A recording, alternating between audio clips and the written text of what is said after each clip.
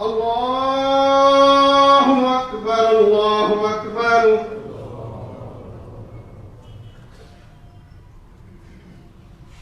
أشهد أن لا إله إلا الله.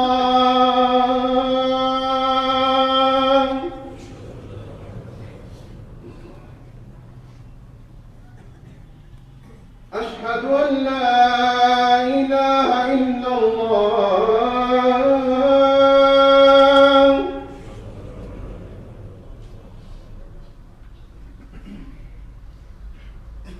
أشهد أن محمدا رسول الله.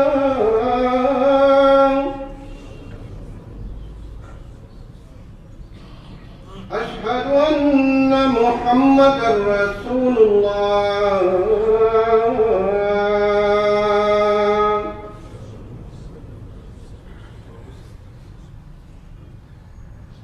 حي على الصلاة.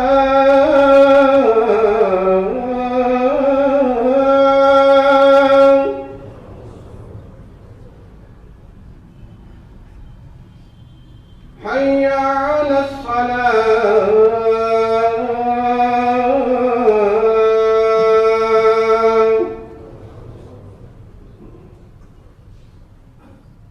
حي على الفلاح.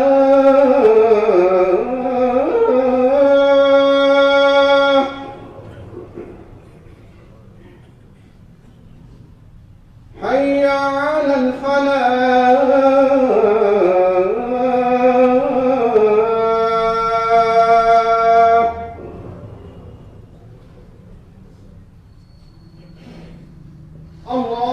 الله أكبر الله أكبر.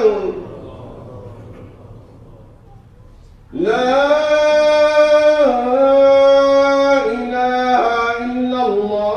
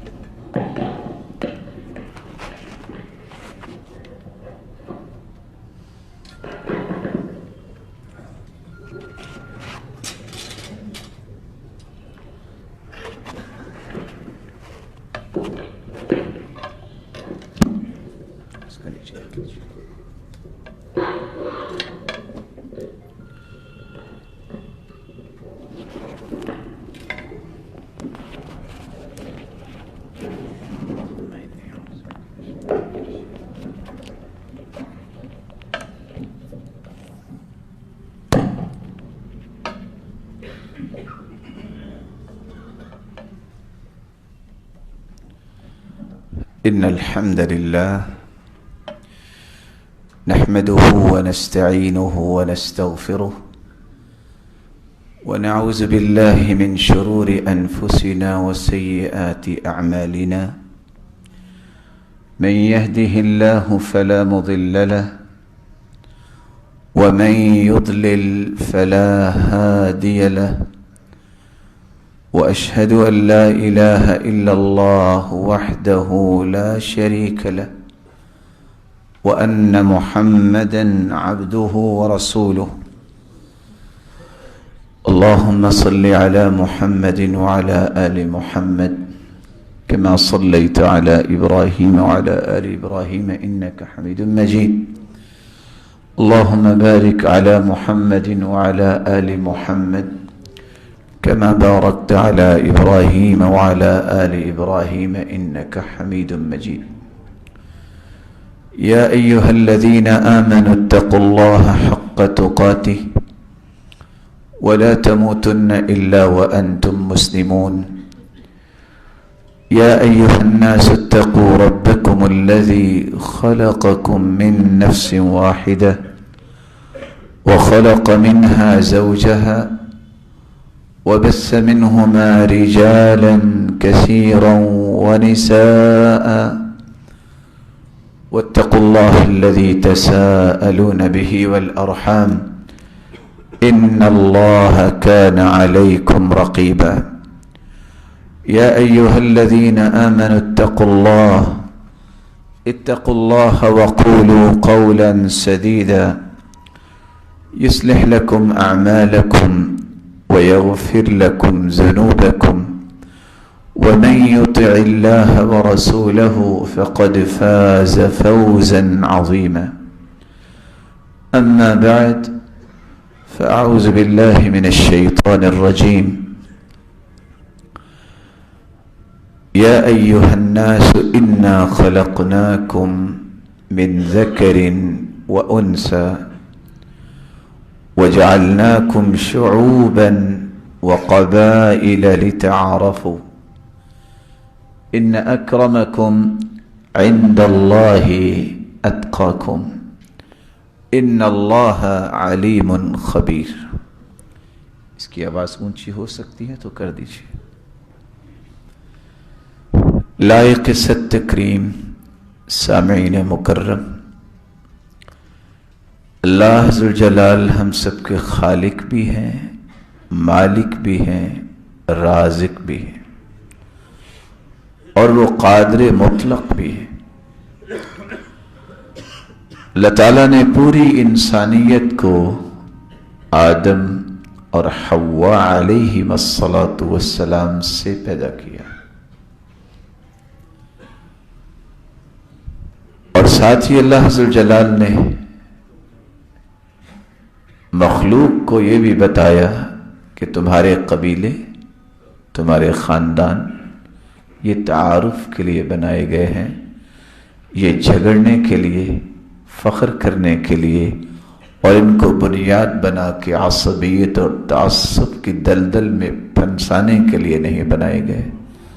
اللہ کے ہاں عزت والا وہ ہے، اللہ کے ہاں مقام اس شخص کا ہے جس کے اندر تقوی ہوگا. ان اللہ علیم خبیر، اللہ جانتا ہے کہ متقی کون ہے، کیونکہ تقوی کا تعلق دل سے ہے، اور دل کی مردم شماری کون کرتا ہے؟ دل کے حالات اور واقعات سے صرف ایک اللہ ہی واقف ہوتا ہے. وہ جہاں جانتا ہے وہاں اس کے پاس ہر قسم کی خبریں بھی ہیں، وہ خبر گیر بھی ہے. اس لیے یہ مت سمجھیے گا کہ دل میں میرے کچھ ہو، زبان پہ کچھ ہو. مالک الملک تو دل میں اٹھنے والے جذبات اور تخیلات کی وادی میں، دل کے نہال خانے میں پیدا ہونے والی سوچ سے بھی واقف ہے. اس لیے اس پہ کوئی چیز مخفی نہیں، کہیں بھول میں نہ رہیے گا. اللہ ذوالجلال سے کبھی بھی انسان نہیں چھپ سکتا. لا تخفى علیہ خافیہ، کیونکہ اس کے سامنے ہر چیز عیاں ہے، کیونکہ سب مخلوق ہے، وہ خالق ہے، اس سے کوئی چیز چھپ نہیں سکتی. اور لقمان حکیم نے اس لیے کہا تھا، بیٹا تمہیں اگر گناہ کرنے کا دل چاہے تو تم کر لینا، لیکن بیٹا وہاں جا کے کرنا جہاں تیرا رب تجھے نہ دیکھتا ہو. اللہ تعالیٰ نے ایک مرد اور ایک عورت سے پوری انسانیت کو پیدا کیا ہے. رسول اللہ صلی اللہ علیہ وسلم نے جو آخری پیغمبر ہیں، انہوں نے امت کو ایک پیغام دیا. کاش اس پیغام کی رکھوالی کرنے والا کوئی ہو، قیامت کی دیواروں تک قوم اور ملت اور امت کا ہر وہ فرد جو اس قول کی، اس فرمان کی رکھوالی کرتا رہا ہے، کر رہا ہے اور کرتا رہے گا، اللہ دنیا اور آخرت کی ذلتوں سے بھی اسے بچائے گا، اور دنیا اور آخرت میں عزت اور مقام سے بھی نوازتا رہے گا. اور وہ فرمان کیا ہے؟ کل نفس من بنی آدم سید. لوگوں، ہر مرد اور ہر عورت جس نے اسلام کو قبول کیا ہے وہ سید ہے، سرتاج ہے. کس اعتبار سے؟ فالرجل سید اہلی، مرد اپنے اہل و عیال کا سردار بھی ہوتا ہے، سرتاج بھی ہوتا ہے. والمرأة سیدۃ بیت زوجہا، اور عورت اپنے خامد کے گھر کی سردار اور سرتاج ہوتی ہے. اللہ تعالیٰ نے مرد کو بھی سید بنایا ہے اور عورت کو بھی سیدہ بنایا ہے. کیسے بنایا ہے؟ کیا حالات تھے، کیا واقعات تھے؟ آپ صلی اللہ علیہ وآلہ وسلم کی بعثت سے پہلے، آپ کے نبی بنائے جانے سے پہلے حالات کیا تھے؟ وَإِذَا بُشِّرَ أَحَدُهُمْ بِالْأُنْثَى ظَلَّ وَجْهُهُ مُسْوَدًّا وَهُوَ كَظِيمٌ. کسی کے گھر میں اگر بیٹی پیدا ہو جاتی، اس کا چہرہ سیاہ ہو جاتا، وہ قوم سے چھپتا پھرتا اور یہ سوچتا کہ اب بنے گا کیا، کیسے میں اس شرمندگی کو دور کر سکتا ہوں، کیسے میں اس مصیبت سے جان چھڑا سکتا ہوں.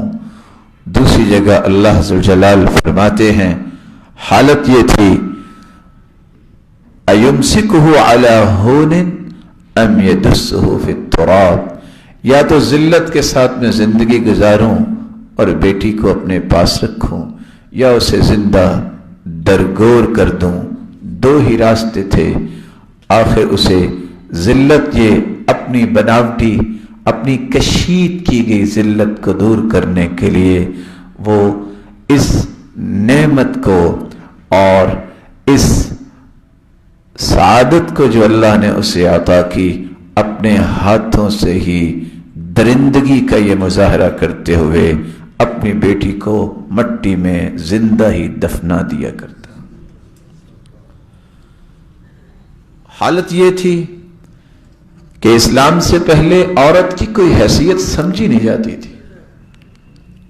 سلعۃ تباع وتشترى، جس طرح سامان کو بازار سے خریدا جاتا اور بیچا جاتا، سیم اسی طرح عورت کی حیثیت تھی. لوگ اس کو بیچتے بھی تھے اور خریدتے بھی تھے. اور اغریق تو یہ کہا کرتے تھے ہی جرثومۃ خبیثہ، عورت تو خبیث جرثومہ ہے، اور بھول گئے کہ وہ بھی کسی عورت کے بیٹے ہیں. یہ مٹی میں دفنانے والے بھی بھول گئے کہ وہ بھی تو کسی عورت کے بیٹے تھے، ان کو بھی تو کسی ماں نے ہی جنا تھا. کبھی کوئی شخص اپنے سبب کا بھی دشمن ہوتا ہے، کبھی کسی نے اپنی دکان اور فیکٹری کو بھی اپنے ہاتھ سے آگ لگائی ہے. جس کی وجہ سے تم دنیا میں آئے، اس کی دشمنی میں اتنے آگے چلے گئے کہ اس عورت کو دنیا جہان کی حقیر چیز سمجھنے والے سمجھتے رہے. اسلام نے آ کے عورت کو عزت دی. کس طرح سمجھتے؟ کسی کا باپ فوت ہو جاتا تو بیٹا ہی اپنی چادر ماں کے سر پہ ڈال کے اسے اپنی بیوی بنا لیتا. شریعت نے کہا کہ اتنی بھی حیوانگی ہوتی ہے. وَلَا تَنْكِحُوا مَا نَكَحَ آبَاؤُكُمْ مِنَ النِّسَاءِ إِلَّا مَا قَدْ سَلَفَ، اپنی ماؤں سے تو نکاح نہیں کرنا چاہیے. حالت یہ تھی کہ ایک ہی عورت کے پاس 10 لوگ آتے. اشتراک الرحت من الرجال فی الدخول علی امرأة واحدہ، ایک ہی عورت سے 10 لوگ نکاح رچا لیتے. وہ اس کو نکاح ہی سمجھتے تھے. جب اولاد پیدا ہوتی تو قرعہ اندازی کی جاتی، جس کے نام پہ قرعہ نکلتا اس کو باپ جو ہے وہ کنسیڈر کیا جاتا. اسلام نے کہا کہ جانور اور انسان میں اتنا ہی فرق ہے جتنا زمین و آسمان میں فرق ہے. یہ اشرف المخلوقات ہے، اس کی عزت اور غیرت ہے، اس کا ایک مقام اور شرف ہے. یہ انسانوں میں ایسا نہیں ہونا چاہیے. اسلام سے پہلے حالت یہ تھی کہ لوگوں کے اندر دنیا کی لالچ اور ہوس اور حرص، شہرت کی، جیسے آج کے زمانے میں آپ دیکھ رہے ہیں کہ وہ چند ٹکے کے لوگ جو اپنی عورتوں کو بازاروں میں نکال کے اور لکھوا کے یہ سمجھا رہے ہیں کہ مجھے کھانا گرم نہیں کرنا۔ ایسے لوگ تھے اس وقت بھی جن کو پہلوان بیٹے کی خواہش ہوتی، وہ اپنی ہی بیوی کو کہہ دیتے استبضعی من فلان، جاؤ فلاں پہلوان کے گھر چلی جاؤ، اتنی دیر تک اس کی بیوی بن جاؤ جب تک تم امید سے نہ ہو جاؤ، جب امید سے ہو جاؤ تو واپس آ جانا۔ کبھی ایسا بھی ہوا ہے کہ کسی کی عقل جو ہے اور دانش سلامت ہو اور اپنی عزت کو کسی کے ہاتھ میں دے دے؟ اسلام نے اس کو بھی حرام قرار دیا۔ ایک ایسا وقت بھی آیا کہ لوگ خفیہ دوستیاں بنا کے، خفیہ تعلقات استوار کر کے اس کو شادی سمجھتے۔ اسلام نے آیت نازل کر دی اور قرآن میں اللہ نے حکم دے دیا وَلَا مُتَّخِذَاتِ أَخْدَانٍ، چپکے سے تعلق بنانے والی عورتوں سے تم نکاح نہیں کر سکتے۔ کیوں؟ مسلمان اور مومن ایک پاکیزہ اور پاک دامن زندگی گزارنے کو پریفر کرتا ہے، اس کے لیے یہ لائق نہیں۔ جس طرح وہ شادی شدہ سے نکاح نہیں کر سکتا، یہ قرآن مجید کی آیات اکٹھی کس طرح اتری ہیں، ماں سے نہیں، بیٹی اور بھتیجی اور بھانجی اور بہن، یہ سارے معزز رشتے گنوانے کے بعد اللہ ذوالجلال نے فرمایا وَلَا مُتَّخِذَاتِ أَخْدَانٍ، ایسی عورت سے بھی تم نکاح نہ کرو جو اس طرح خفیہ تعلق کو پالنے والی ہے۔ اسلام نے نکاح البدل والمبادلہ ایک طریقہ ایسا تھا ان ظالموں کے پاس، میں ظالم اس لیے کہہ رہا ہوں کہ انسان دوسروں پہ تو ظلم کرتا ہے جو اس کی کم عقلی اور کم فہمی ہوتی ہے، بھلا کسی نے اپنے ساتھ بھی ظلم کیا ہے؟ اپنی ہی بیوی کو دوسرے کے حوالے کر دیتے اور کہتے آج ہم بیویوں کو ایکسچینج کرتے ہیں، تبادلہ کرتے ہیں اور ایک دوسرے کی بیوی لے جایا کرتے ہیں۔ اسلام نے کہا یہ درندگی اور حیوانگی مسلمانوں میں نہیں ہونی چاہیے۔ مسلمان وہ سمجھتا ہے قلبی قلبها وقلبها قلبی، روحی روحها وروحها روحی، کیسے ہو سکتا ہے؟ جس کے ساتھ نکاح کیا ہے وہ اس کی عزت، اس کی غیرت اور اس کی قیمت وہی جانتا ہے جس نے نکاح کیا ہے۔ اپنی دل و جان، اپنی روح کسی کے حوالے کرنا شاعر کے قول کے مطابق یہ کسی دانش مند، عقل مند اور سب سے بڑی بات کسی مسلمان اور مومن کے شیان شان ہی نہیں ہے۔ چنانچہ اسلام نے اس کو بھی حرام قرار دے دیا۔ رسول اللہ صلی اللہ علیہ وآلہ وسلم کی آمد سے پہلے اس وقت بھی لوگ یہ کیا کرتے کہ ایک ہی شخص دو دو تین تین بہنوں کو اپنے عقد میں لے لیتا۔ قرآن نے اس کو بھی حرام قرار دے دیا اور حکم کیا دیا کہ ایسا نہیں ہونا چاہیے۔ ایک ہی وقت میں ایک شخص دو بہنوں کو وَأَن تَجْمَعُوا بَيْنَ الْأُخْتَيْنِ إِلَّا مَا قَدْ سَلَفَ، ایک ہی وقت میں اپنے عقد میں نہیں رکھ سکتا۔ ہاں اگر ایک فوت ہو جائے پھر دوسری بہن سے بھی نکاح کرنا جائز ہے۔ کتنے لوگ تھے، کسی نے 10 بیویاں رکھی تھی، کسی نے 8 رکھی تھی، کسی نے 5 رکھی تھی۔ اسلام نے حکم دیا کہ تم یہ کرو امسک 4 وفارق سائرہن، 4 کی اجازت ہے، لیکن اس کے لیے جو عدل کر سکتا ہے، اس کے لیے جو سنت سمجھ کے اس کام کو اختیار کرتا ہے، اس کے لیے جو اللہ ذوالجلال کے فرامین کے مطابق ان کے حقوق کو پورا کرنے کی صلاحیت اور طاقت رکھتا ہے، بقیہ کو فارغ کر دیا جائے۔ اسلام سے پہلے یہ بھی تھا اور بڑی پریشانی کے ساتھ یہ کہنا پڑتا ہے، آج مسلمانوں نے اس کو بھی اپنے دین کا حصہ بنا لیا۔ اللہ کے رسول صلی اللہ علیہ وسلم نے فرمایا لعن اللہ المحلل والمحلل لہ، لعنت ہے اس شخص پر جو حلالہ کرتا ہے اور اس شخص پر جس خامد کے لیے حلالہ کیا جاتا ہے۔ اور اللہ کے رسول نے فرمایا الا اخبرکم بالتیس المستعار، میں تمہیں مانگے ہوئے سانڈ کے بارے میں نہ بتاؤں؟ صحابہ نے پوچھا وہ کون ہے؟ فرمایا هو المحلل، حلالہ کرنے والا ایسا ہی ہوتا ہے۔ بلکہ عمر رضی اللہ تعالی عنہ تو کہا کرتے تھے لا اوتیہما الا رجمتہما وکلاہما زان، حلالہ کرنے والے کا کیس اگر میرے پاس آیا میں دونوں کو رجم کروں گا، یہ دونوں ہی زانی ہیں۔ یہ شادی ایک مبارک سلسلہ ہے، مذاق نہیں ہے۔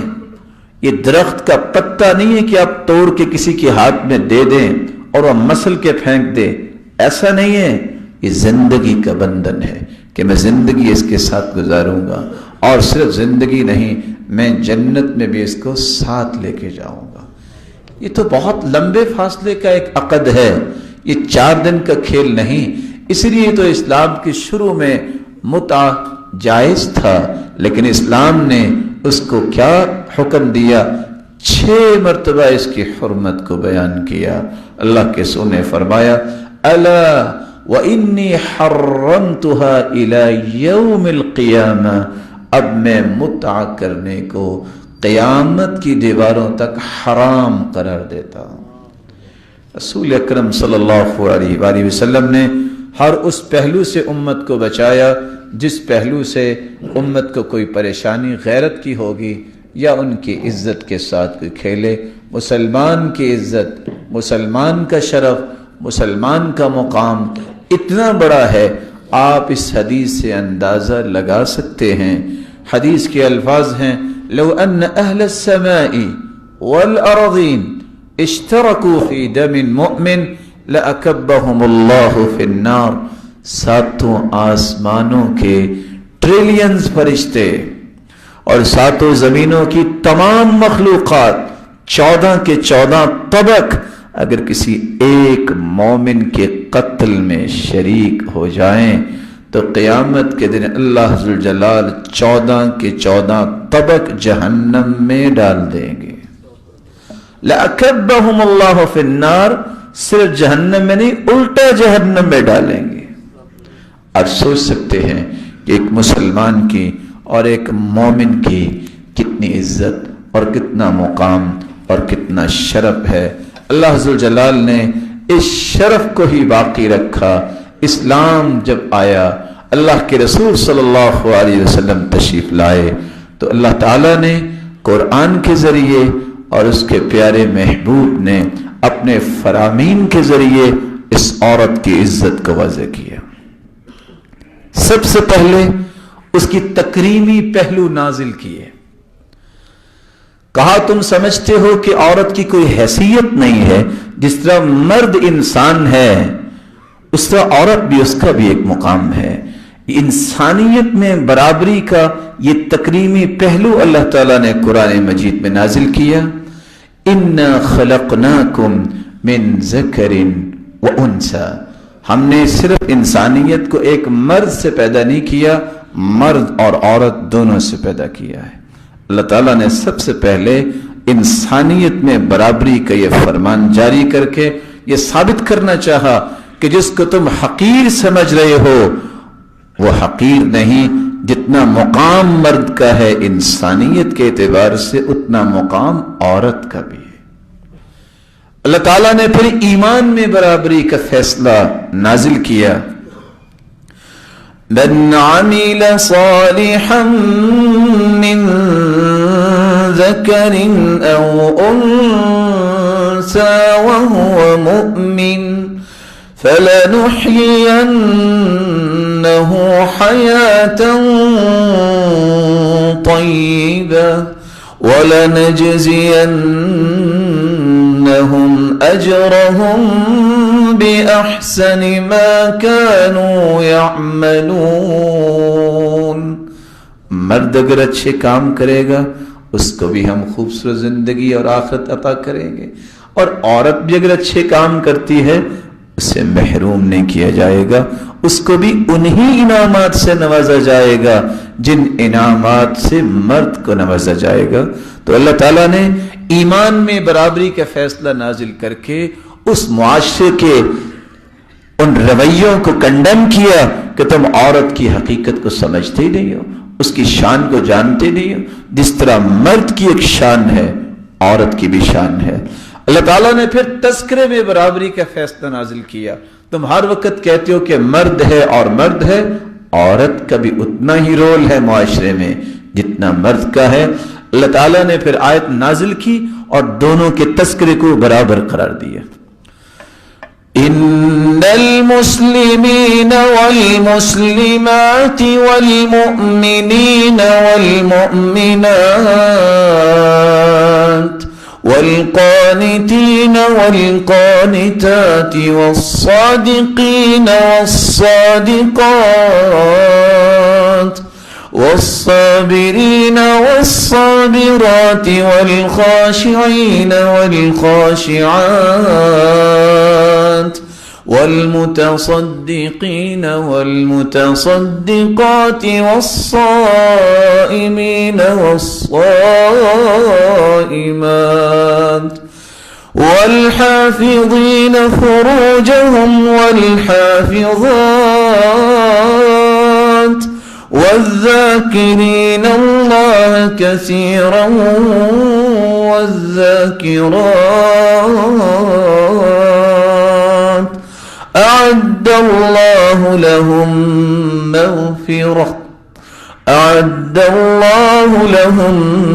مغفرة وأجرا عظيما۔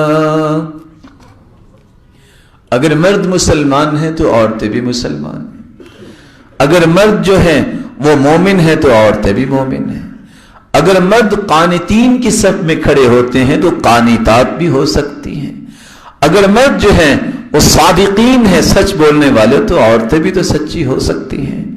والصابرین والصابرات، صبر کرنے والے مرد ہیں تو عورتیں بھی ہیں، خشوع اختیار کرنے والے مرد ہیں تو عورتیں بھی ہیں، صدقہ کرنے والے مرد ہیں تو عورتیں بھی ہیں، روزہ رکھنے والے مرد ہیں تو عورتیں بھی ہیں، اور اسی طرح اپنی عزتوں کے محافظ اگر مرد ہیں تو عورتیں بھی ایسی شان شوکت والی ہیں جو اپنی عزت پہ کوئی آنچ نہیں آنے دیتی، اور اللہ کا ذکر کرنے والے اگر مرد ہیں تو عورتیں بھی ایسی ہیں جن کی زبان پہ ہر وقت اللہ کا ذکر جاری رہتا ہے، اور رب تعالیٰ نے ان دونوں کے لیے بہت بڑے اجر کا وعدہ دے رکھا ہے۔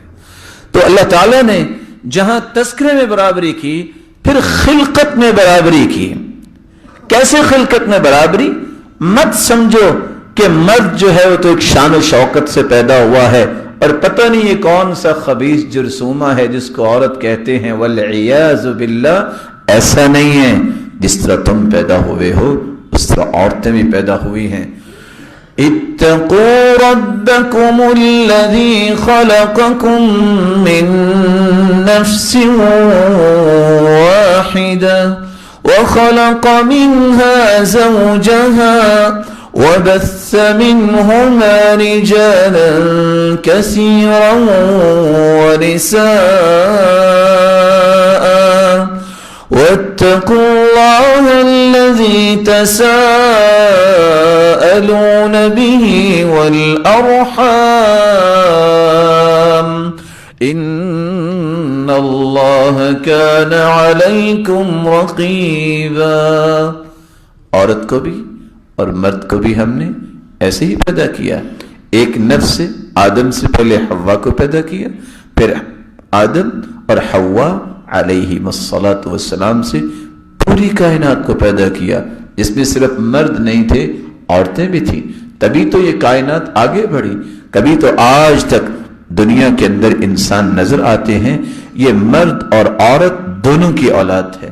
اللہ تعالیٰ نے حرمت اور تقدس میں بھی برابری نازل کی۔ مت سمجھے لوگ، اس معاشرے کو سمجھایا، اور آج کے لیے بھی یہ سبق ہے کہ مرد کی تو عظمت ہے، عورت کی کوئی عظمت نہیں ہے۔ مرد کا تو ایک تقدس ہے، ایک وقار ہے، عورت کا کوئی وقار نہیں ہے۔ نہیں، اللہ ذوالجلال نے جس طرح قدسیت کی بات کرتا تھا جو کہ اللہ کے لیے ہونی چاہیے، عزت کی بات جس طرح مرد کی بات ہے اس طرح عورت بھی عزت والی ہے۔ حرمت علیکم امہاتکم، تم اپنی ماں سے نکاح نہیں کر سکتے، حرام ہے۔ وبناتکم واخواتکم وعماتكم وخالاتكم وبنات الأخ وبنات الأخت وأمهاتكم اللاتي أرضعنكم وأخواتكم من الرضاعة، تمہاری خالہ، تمہارے والد گرامی کی بہن پپو اور تمہاری بھتیجی، تمہاری بھانجی، تمہاری بہن، یہ سب معزز رشتے ہیں، ان رشتوں سے نکاح نہیں کیا جا سکتا، ان کی بھی عزت ہے، ان کی بھی شان ہے، ان کی بھی عظمت ہے، ان عظمتوں کو تار تار کرنے والا مجرم ہی ہوتا ہے۔ اللہ تعالیٰ نے اپنے پیغمبر کے ذریعے تعلیم میں بھی برابری کا تذکرہ کیا۔ آپ صلی اللہ علیہ وآلہ وسلم کا فرمان صحیح بخاری میں موجود ہے، عورتیں اکٹھی ہوئیں اور آ کے کہتی ہیں یا رسول اللہ صلی اللہ علیہ وسلم غلبنا علیک الرجال فاجعل لنا یوما من نفسک، اللہ کے رسول مرد تو غالب آ گئے، وہ آپ سے ہر وقت دین کی باتیں سنتے ہیں، ہمارا کوئی حق نہیں ہے، ہمارے لیے بھی کوئی دن مقرر کرے، ہم بھی دین سیکھیں، ہمیں بھی کوئی دین کی سمجھ آئے، ہم بھی اس دین کے دعوت دینے والوں کے سب میں آ جائیں۔ اللہ کے رسول صلی اللہ علیہ وسلم نے انہیں وعدہ دیا کہ ہاں فلاں انصاریہ صحابیہ کے گھر جمع ہو جانا، میں آ کے تمہیں واعظ کروں گا اور تمہیں دین کی باتیں بتاؤں گا۔ اللہ کے رسول وہاں گئے اور کیا فرمایا؟ ما منکن امرأة تقدم ثلاثة من ولدها الا كان لها حجابا من النار، جس عورت کے 3 بچے ہوں اور اس پہ صبر کرتی ہے اور تینوں ہی اللہ کے پاس چلے جائیں تو خوش ہو جاؤ عورتوں، قیامت کے دن یہ 3 بچے جہنم کے سامنے دیوار بن جائیں گے، والدین کو جہنم نہیں جانے دیں گے۔ شرط یہ ہے کہ والدین صبر کر لیں۔ ایک عورت بول کے کہتی ہے وَاسْنَيْن، اللہ کے رسول جس کے 2 بیٹے فوت ہوئے ہوں اور صبر کرے، قَالَ وَاسْنَيْن، خواہ کسی کے 2 بیٹے بھی ہیں، اگر وہ صبر کر لے تو وہ جہنم میں نہیں جانے دیں گے۔ تو رسول اللہ صلی اللہ علیہ وآلہ وسلم پر قرآن بھی نازل ہوا اور آپ نے بھی مختلف انداز سے عورت کی تکریم کے پہلوؤں کو پیش کیا۔ پھر اسلام نے انعامات دیے۔ انعامات کیوں دیے جاتے ہیں؟ کسی کے لیول کو بڑھانے کے لیے، کسی کی حیثیت کو ثابت کرنے کے لیے۔ اللہ تعالیٰ نے پہلا انعام یہ دیا، عورت کو ماں کا درجہ دیا۔ یہی ماں اپنے بیٹوں کے ہاتھوں بکا کرتی تھی، ماں کا کیسا درجہ دیا؟ صحیح بخاری اور صحیح مسلم کی روایت ہے، صحابی نے سوال کیا من احق الناس بحسن صحابتی یا رسول اللہ صلی اللہ علیہ وسلم، اللہ کے پیارے پیغمبر دنیا کے اندر سب سے زیادہ حسن سلوک کا حقدار کون ہے؟ قال امک، قلت ثم من؟ قال امک، قلت ثم من؟ قال امک، قلت ثم من؟ قال ابوک۔ 3 مرتبہ پوچھا گیا کون ہے جس سے میں زیادہ حسن سلوک کروں؟ آپ نے کہا تمہاری والدہ گرامی۔ 3 مرتبہ یہ جواب دیا اور 4تھی مرتبہ فرمایا کہ تمہارے والد گرامی۔ یہ صحیح بخاری اور صحیح مسلم کی روایت ان لوگوں کے لیے ایک بہت بڑا سبق ہے جن کی پالید زبانیں بولتی ہیں اور کہتی ہیں کہ اسلام نے عورت کو تو کوئی مقام نہیں دیا۔ یہ حدیث بتاتی ہے کہ عورت کے 3 درجے بیان کیے اور مرد کا 1 درجہ بیان کیا۔ اسلام نے اس کو ماں کا درجہ دیا جس کو اپنے پاؤں تلے رونتے تھے۔ اسلام نے کہا فَإِنَّ الْجَنَّةَ، جنت جو ہے وہ تو ماں کے قدموں تلے اللہ نے رکھ دی ہے۔ جو خدمت کرنے والا ہے اللہ تعالیٰ اس کو اس کے بدلے ہی جنت دے گا۔ بلکہ اللہ تعالیٰ نے تو اپنے پیغمبر کے ذریعے پھر بعد میں آنے والوں میں ایسے واقعات رونما کیے جس سے ثابت ہوا جائے کہ ماں ایک ایسی عظیم ہستی ہے، اس کی خدمت میں اپنے آپ کو لگانے والے کو ملتا کیا ہے؟ بندار محدث، بہت بڑے محدث، کہا میں پڑھنا چاہتا ہوں، ماں نے کہا بیٹا اللہ کے لیے اپنی نیت کو خالص کرو، مجھے بھی خدمت کی ضرورت ہے، اور تم قریب قریب کے علماء سے پڑھ لو، دور سفر نہ کرو، میں تو اکیلی ہو جاؤں گی۔ بیٹے کو سمجھ آئی۔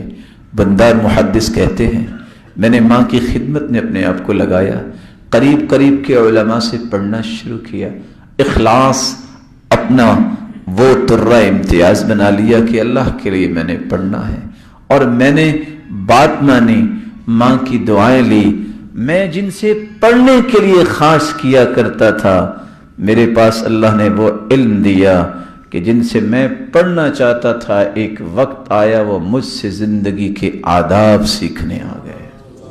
اس لیے اللہ عز و جلال نے عورت پر یہ پہلا انعام کیا کہ اس کو ماں بنا دیا، دوسرا انعام اس کو بیوی بنایا۔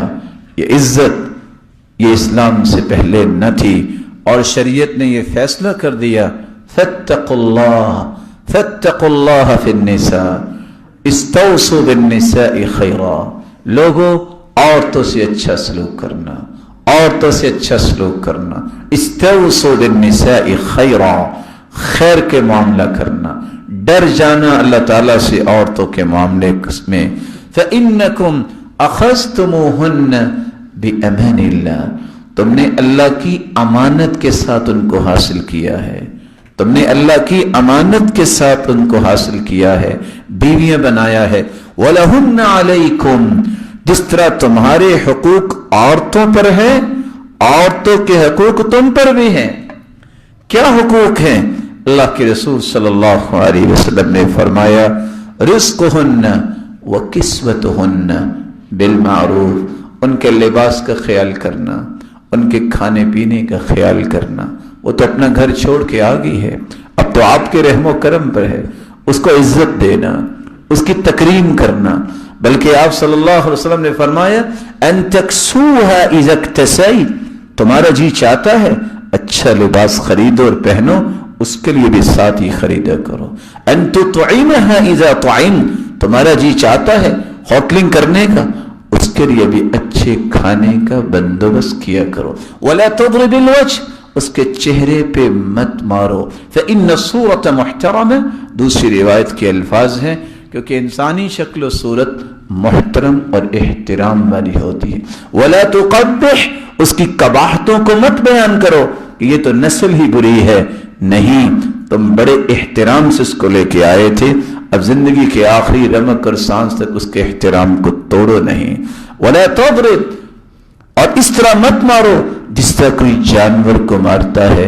اس لیے رسول اللہ صلی اللہ علیہ وسلم کے بارے میں سیدہ عائشہ فرماتی ہیں ما ضرب رسول اللہ صلی اللہ علیہ وسلم خادما ولا امرأة قط، پوری زندگی اللہ کے رسول صلی اللہ علیہ وسلم نے اپنی بیویوں میں سے کسی کو مارا نہیں ہے، نہ ہی پوری زندگی اپنے غلاموں میں سے کسی غلام کو مارا ہے۔ تم اس کی امت ہو، تم اس کی اتباع کرنے والے ہو، تم اس سے سچی محبت کرنے والے ہو، اس کے طریقے کو اپنی زندگی میں لے آؤ۔ آپ صلی اللہ علیہ وآلہ وسلم نے فرمایا کہ یہ تم نے امانت کے ساتھ، اللہ کی امانت کے ساتھ ان کو لے کے آئے ہو، اس لیے ان کے احترام میں کمی نہ کرو۔ تیسرا جو درجہ اللہ تعالیٰ نے انعام کے طور پہ دیا، اللہ تعالیٰ نے اس کو سکون کا مصدر بنایا۔ قرآن مجید میں اللہ فرماتے ہیں وَمِنْ آيَاتِهِ أَنْ خَلَقَ لَكُم مِّنْ أَنفُسِكُمْ أَزْوَاجًا لِتَسْكُنُوا إِلَيْهَا وَجَعَلَ بَيْنَكُم مَّوَدَّةً وَرَحْمَةً إِنَّ فِي ذَلِكَ لَآيَاتٍ لِقَوْمٍ يَتَفَكَّرُونَ۔ اللہ کی بہت ساری نشانیاں ہیں، ان میں سے ایک نشانی یہ ہے کہ اللہ تعالیٰ نے تمہارے ہر قسم کے سکون کے لیے تمہاری بیویوں کا بندوبست کیا ہے۔ ابتدا میں تو جب شادی ہوتی ہے لم یرا مثل المتحابین مثل النکاح، دنیا کے اندر زوجین سے بڑھ کے محبت کا تصور کیا ہی نہیں جا سکتا۔ ابتدا میں محبت غالب ہوتی ہے، جو ہی عمر بڑھتی جاتی ہے تو رحمت کا ایک احساس ہوتا ہے، ایک دوسرے کا خیال کرنے لگ جاتے ہیں، ایک دوسرے کی پریشانی کو اپنی پریشانی سمجھتے ہیں۔ یہ اللہ نے بطور انعام دیا ہے، اکرام دیا ہے کہ اللہ تعالیٰ نے عورت کو تمہارے سکون کا مصدر بنا دیا ہے۔ اللہ تعالیٰ نے چوتھا انعام یہ دیا کہ اس کی نزاکتوں کا خیال کیا۔ اللہ تعالیٰ نے نزاکتیں کیسی کہ وہ بھی انسان ہے، جس طرح مرد کے ساتھ ظلم ہو تو واویلا کرتا ہے، اس کو پریشانی لاحق ہوتی ہے، عورت کے ساتھ بھی ظلم نہیں ہونا چاہیے، بلکہ قرآن کہتا ہے وَعَاشِرُهُنَّ بِالْمَعْرُوفِ، تم ان کے ساتھ حسن معاشرت سے زندگی گزارو، اچھے طریقے سے زندگی گزارو۔ اگر ایک کی بجائے تم 2 شادیاں بھی کرنا چاہتے ہو تو کر سکتے ہو، لیکن ایسے نہیں، اس کے اصول ہیں، اس کے ضابطے ہیں۔ فَإِنْ خِفْتُمْ أَلَّا تَعْدِلُوا فَوَاحِدَةً، تم عدل نہیں کر سکتے تو تمہیں ایک پہ ہی اپنے آپ کو اکتفا کرنا چاہیے۔ تم عدل و انصاف نہیں کر سکتے اور صرف تم لوگوں کی عزتوں سے کھیلنا چاہتے ہو تو تمہارے لیے اجازت نہیں ہوگی۔ اجازت اس شخص کو ہے جو عدل و انصاف کر سکتا ہے، جو سنت کو زندہ کرنے کے لیے کر سکتا ہے، اور تیسرا اس کے پاس مالی اور جسمانی طاقت اور صلاحیت ہے کہ وہ کسی کے ساتھ نقصان کا پہلو پیش نہ کرے، تو ایسے انسان کے لیے اجازت ہے، وگرنہ کسی کو تکلیف دینا، یہ عورت کے ساتھ ایک انعام رکھا ہے اللہ تعالیٰ نے، اس کی معاشرتی نزاکتوں کا خیال کیا۔ پھر اللہ تعالیٰ نے عورت کی قلبی نزاکتوں کا بھی خیال کیا۔ ہوا یہ کہ صحابی نے اپنی بیوی سے زہار کر لیا۔ زہار کہتے ہیں کہ کوئی شخص اپنی بیوی سے کہہ دے انتی کا ظاہر امی، تم میری ماں جیسی ہو، تو ایسی عورت کے ساتھ زہار کیا جاتا ہے۔ تو اس وقت تک وہ اپنی بیوی کے پاس دوبارہ نہیں جا سکتا جب تک وہ 60 مسکینوں کو کھانا نہیں کھلاتا، جب تک وہ گردن آزاد نہیں کرتا، یا 2 مہینے کے مسلسل روزے نہیں رکھتا۔ صحابیہ خولہ بنت حکیم رضی اللہ تعالی عنہ، جب ان کے خامد ثابت بن قیس بن شماس نے زہار کیا تو شکایت لے کے اللہ کے رسول کے پاس آئیں اور آ کے کہتی ہیں یا رسول اللہ کے پیارے پیغمبر، اکل مالی، دیکھو میرے خامد نے میرا مال بھی لے لیا، وافنا شبابی، میری جوانی بھی ختم ہوگی، ونسرت له بطنی حتی اذا کبرت سنی وانقطع ولدی ظاہر منی، کتنے بچے اللہ تعالیٰ نے میری وجہ سے اس کو عطا کیے، اب جب میں بوڑھی ہو گئی ہوں اور میرا بیٹا بھی مجھ سے الگ ہو گیا ہے، اس کا اپنا گھر بن گیا ہے، اب میں اکیلی تھی، اب اس کو یاد آیا اس نے میرے ساتھ زہار کیا۔ سیدہ عائشہ فرماتی ہے میں سن نہیں رہی تھی جب وہ بات کر رہی تھی اللہ کے رسول سے، لیکن کون سن رہا تھا؟ رب العالمین سن رہا تھا۔ ساتھ ہی قرآن کی آیت نازل ہو گئی قد سمع اللہ قول التي تجادلك في زوجها وتشتكي الى اللہ، یہ اللہ کی طرف شکایت کرنے والی، اللہ تعالیٰ نے اس کی شکایت کو سنا اور یہ حکم نازل کر دیا، اور ساتھ یہ کہتی ہیں اللہم انی اشکو الیک، اللہ میں بوڑھی ہو گئی ہوں، میں شکوہ صرف تیرے سامنے ہی کرتی ہوں۔ ساتھ ہی اللہ نے شکوے کو سنا اور قرآن کی آیتوں کو نازل کر کے اس کی ان قلبی نزاکتوں کے بارے میں ایک حکم صادر فرما دیا۔ اللہ تعالیٰ نے ایک اور انعام دیا عورت کو، اس کی تخلیقی نزاکتوں کا خیال کیا۔ جمعہ اس پہ فرض نہیں رکھا، جہاد اس پہ فرض نہیں رکھا، اس طرح جماعت کے ساتھ نماز پڑھنا اس پہ فرض نہیں ہے، احرام کی پابندیاں جو مرد پہ ہیں وہ عورت پہ نہیں رکھی، وہ جس لباس میں بھی احرام، جس لباس کو بھی پہنتی ہے وہ اس کے لیے احرام بن جائے گا۔ نہ اس کو یہ کہا ہے کہ آپ سرنگا کرو، نہ اس کو یہ کہا ہے کہ 2 چادریں احرام کی پہنو، اور نہ ہی یہ کہا ہے جو امت سمجھ بیٹھی ہے کہ سر پہ کو ٹوپی یا ہیٹ لے کے آپ نے اپنے کپڑے کو اپنے چہرے سے دور رکھنا ہے۔ اللہ کے رسول نے نہیں فرمایا، نہ قرآن و حدیث کی کوئی دلیل ملتی ہے، یہ سب سختیاں امت نے خود کشید کی ہیں، یہ سب سختیاں اور پابندیاں امت نے خود اپنے اوپر لگائی ہیں۔ اسلام نے تو اس کی تخلیقی نزاکتوں کا خیال کیا ہے۔ بعض ایام میں اس پہ نماز بھی پڑھنا جو ہے اس کی رخصت دے دی گئی، وہ ان ایام میں روزے نہیں رکھتی۔ اللہ کے رسول صلی اللہ علیہ وآلہ وسلم نے امت کو یہ بھی سمجھایا کہ اللہ نے ایک اور اکرام کیا کہ اس کو بیٹی کا درجہ دے دیا۔ آج بیٹیوں سے لوگ نفرت کرتے ہیں، حدیث یہ کہتی ہے لا تکرہوا البنات فإنہن المونسات الغالیات، بیٹیوں سے نفرت نہ کیا کرو، یہ بہت ہی مہنگی ہوتی ہیں اور والدین کا خیال کرنے والی ہوتی ہیں۔ رسول اللہ صلی اللہ علیہ وسلم نے یہاں تک فرمایا من عال جاریتین، جس کی 2 بیٹیاں ہوں، 2 بیٹیوں کا باپ پریشان ہوتا ہے کیا بنے گا، بیٹا نہیں ہے، من عال جاریتین، اور دوسری روایت میں آتا ہے من کان له 3 بنات، جس کی 3 بیٹیاں ہوں، فصبر علیہن، صبر کرتا ہے، وَأَطْعَمَهُنْ، ان کو کھلاتا ہے، وَسَقَاهُنْ، ان کو پلاتا ہے، وَكَسَاهُنْ، اور ان کو لباس پہناتا ہے، فَرَبَّاهُنْ، ان کی تربیت کرتا ہے، حَتَّى يُدْرِكَ، جب وہ 2 بیٹیاں یا 3 بیٹیاں بالغ ہو جاتی ہیں، فَزَوَّجَهُنْ، ان کی شادی کر دیتا ہے۔ قیامت کا دن ہوگا، جہنم کے سامنے یہ تینوں بیٹیاں دیوار بن جائیں گی، والدین کو جہنم نہیں جانے دیں گی۔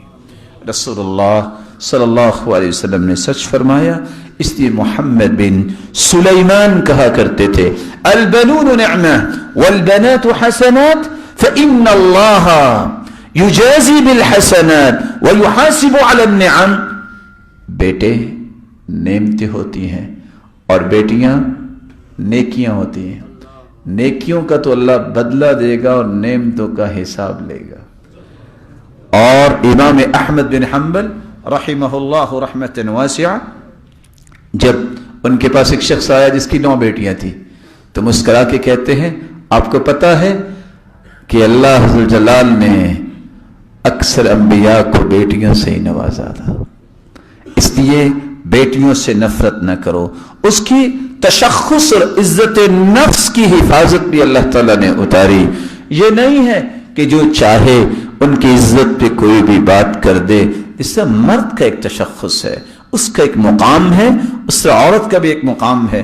اللہ تعالیٰ نے قرآن نازل کیا وَالَّذِينَ يَرْمُونَ الْمُحْصَنَاتِ ثُمَّ لَمْ يَأْتُوا بِأَرْبَعَةِ شُهَدَاءَ فَاجْلِدُوهُمْ 80 جَلْدَةً وَلَا تَقْبَلُوا لَهُمْ شَهَادَةً أَبَدًا وَأُولَئِكَ هُمُ الْفَاسِقُونَ۔ کسی پاک دامن بھولی بالی کسی مسلمان عورت پہ کوئی اگر الزام لگاتا ہے، کوئی تہمت لگاتا ہے، اگر اس کے پاس 4 گواہ نہیں، شہود عیان جس نے اپنی آنکھوں سے دیکھا ہو، اگر 4 گواہ پیش نہ کر سکے، اس کو 80 کوڑے لگاؤ اور اس کی گواہی کو کبھی بھی آئندہ کنسیڈر نہ کیا جائے، اور یہی لوگ فاسق ہیں۔ ہاں اگر توبہ کر لے تو پھر اس کی گواہی کو کنسیڈر بھی کیا جائے گا۔ تشخص کا کتنا خیال کیا کہ تم نے اگر کسی عورت پہ زبان درازی کی، اس کے اوپر ایسی تہمت لگائی کہ آپ کے پاس 4 گواہ نہیں ہیں، 80 کوڑے لگیں گے اور فاسق قرار پاؤ گے، اور تمہاری گواہی کا کوئی اعتبار نہیں ہوگا۔ بلکہ اللہ عز و جلال نے ایک دوسری جگہ فرمایا ان الذين يرمون المحصنات الغافلات المؤمنات لعنوا في الدنيا والآخرة، جو لوگ بھولی بالی پاک دامن عورتوں پہ الزام لگاتے ہیں، ان پہ دنیا میں بھی لعنت ہے اور آخرت میں بھی لعنت ہے۔ اللہ تعالیٰ نے اتنا بڑا مقام اس عورت کو عطا کیا، لیکن کیسے عطا کیا؟ جب یہ اسلام کے شیلٹر کے نیچے آئی، اس نے اس امبریلے کو پسند کیا کہ میں مسلمان ہوں، اس بات پہ اس نے فخر کیا کہ مجھے اس بات پہ فخر ہے کہ اللہ نے مجھے اسلام کی نعمت سے نوازا ہے، اس کے مشورے کی قدر کی گئی۔ آج لوگ کہتے ہیں عورت کی عقل ناقص ہے، نو ڈاؤٹ شریعت کا فیصلہ ہے، اس سے مشورہ لینے کی ضرورت نہیں، اس کے مشورے کی قدر کی ضرورت نہیں۔ یہ ان لوگوں کی بات ہے جن لوگوں کے ایمان میں کمزوری ہوتی ہے کہ اس کا مشورہ نہیں لیا جائے گا، اور اس کو تو سمجھ ہی کوئی نہیں ہے۔ یہ ان لوگوں کی انا کی دلیل ہے، یہ گمنڈ اور غرور کرنے والے ہیں۔ محمد کریم سے بڑھ کے کوئی متقی دنیا میں نہیں آیا۔ اللہ کے رسول نے صحابہ سے کہا تھا کہ روزہ افطار کر لو۔ صحابہ نے کہا کہ اب کیا کریں، ابھی روزہ افطار نہیں کر رہے تھے۔ ام سلمہ رضی اللہ تعالی عنہ فرمانے لگی آپ یہ پیالہ لیجئے، اللہ کے پیارے پیغمبر سب صحابہ کے سامنے سب سے پہلے آپ افطار کیجئے۔ جو ہی پیالہ آپ نے اپنے منہ مبارک سے لگایا سب صحابہ نے روزہ چھوڑ دیا۔ مشورہ مانا کہ نہیں مانا؟ اللہ کے رسول صلی اللہ علیہ وسلم نے اپنی زبان اطہر سے کہا خدیجہ ہی وزیرۃ صدق، اس جیسا سچا وزیر اللہ نے کسی کو عطا ہی نہیں کیا۔ وزیر کون ہوتا ہے؟ ہی وزیرۃ صدق، یہ میری سچی وزیرہ ہے۔ آمنت بی حین کذبنی الناس، جب سارے لوگ کہہ رہے تھے کہ یہ جھوٹے ہیں، نعوذ باللہ یہ جھوٹے ہیں، یہ پہلی عورت تھی خدیجہ جس نے کہا اس جیسا سچا دنیا میں اللہ نے اتارا ہی نہیں ہے۔ وَوَاسَتْنِي بِمَالٍ حِينَ حَرَمَنِ النَّاسِ، جب سارے لوگ انکار کر رہے تھے یہی خدیجہ تھی، اس نے سارا مال ڈھیر کر دیا اور اللہ کے سامنے سجدہ ریز ہوگی کہ اللہ قبول کر لے، اور اللہ نے اولاد بھی مجھے سیدہ خدیجہ سے عطا کی تھی۔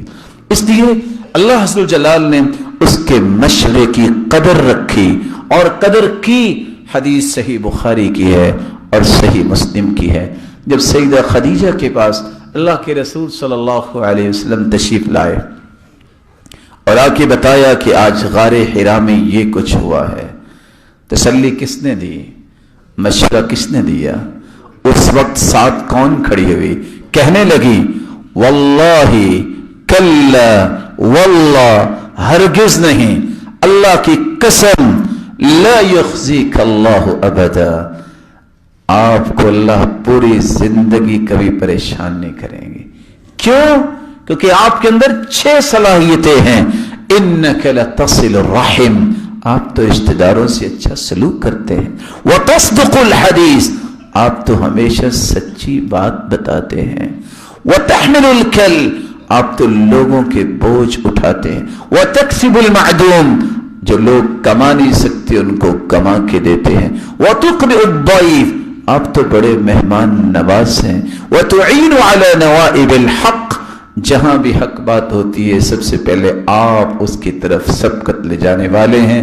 یہ 6 صلاحیتیں جن لوگوں کے اندر ہوں کبھی زندگی میں پریشان اور ذلیل نہیں ہوں گے۔ یہ مشورہ کس نے دیا تھا؟ سیدہ خدیجہ رضی اللہ تعالی عنہا نے دیا تھا۔ تو اللہ کے رسول صلی اللہ علیہ وسلم کو وہی ورقہ بن نوفل کے پاس لے کے گئی۔ اللہ کے رسول نے اس کی بات کا اقرار کیا، پھر ورقہ بن نوفل کے پاس پہنچے جو ان کے چچیرے بھائی تھے، جو اس وقت جانتے تھے۔ کس کو جانتے تھے؟ وہ انجیل کو بھی جانتے تھے۔ انہوں نے کہا ہاں یہ وہی ناموس ہے، یہ وہی فرشتہ آج آیا ہے جو پہلے انبیاء پہ بھی آیا کرتا تھا۔ اور ساتھ اس نے اس وقت ہی کہہ دیا تھا کہ ایک وقت آنے والا ہے یہ مکے والے آپ کو یہاں سے نکال دیں گے۔ تو اللہ کے رسول نے حیرانگی سے پوچھا او مخرجیہم، مکے والے مجھے نکال دیں گے؟